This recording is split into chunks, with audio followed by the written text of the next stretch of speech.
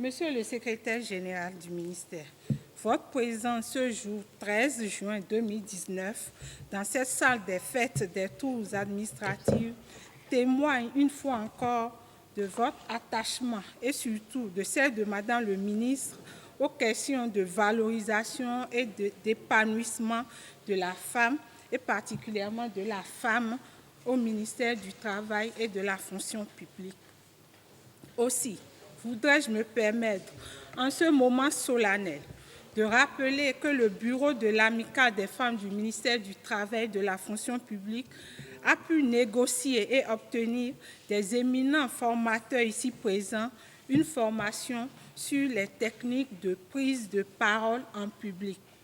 C'est ainsi que Mme Ghislaine Messan, directrice adjointe de cabinet de la présidence de la République, a accepté de nous appuyer, mais pas en qualité de DAC, mais plutôt de femme leader, de Toastmaster et de cadre éminent du Bénin. Elle sera accompagnée d'un autre éminent formateur, lui aussi Toastmaster, M. Adamado Joc, qui est aussi cadre du secteur privé. C'est donc une opportunité que nous devons saisir et profiter pour poser toutes les questions qui nous permettront de nous libérer.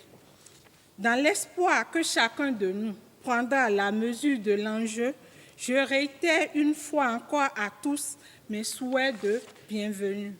Vive l'Amicale des femmes du ministère du Travail et de la fonction publique. Vive le ministère du Travail et de la fonction publique. Vive le Bénin. Je vous remercie. Je voudrais, au nom de Madame le ministre du Travail et de la fonction publique, vous remercier, Madame la directrice adjointe du cabinet civil du président de la République, d'avoir accepté de co-animer cette formation avec M. Joc Adamado. Environ un an que cette amicale a été portée sur les fonds baptismaux avec l'appui, le fort appui de Madame le ministre du Travail et de la fonction publique. Mais depuis environ 10 mois, beaucoup d'activités sont menées. Je me rappelle cette séance de don de sang qui a regroupé non seulement les femmes du ministère, mais les hommes aussi qui les ont accompagnées.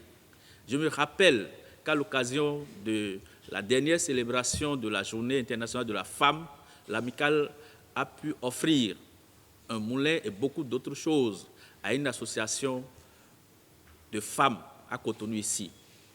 La présente session de formation sur comment prendre la parole en public constitue donc une continuité dans les différentes activités que l'amicale met. Parler en public permet de s'épanouir.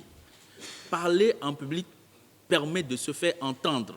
Parler en public, c'est le savoir-faire et le savoir-être. Et c'est pour cela que je voudrais vous demander de vous saisir de cette occasion qui me semble être l'une des rares occasions pour vous permettre de comprendre, de maîtriser les techniques de prise de parole en public.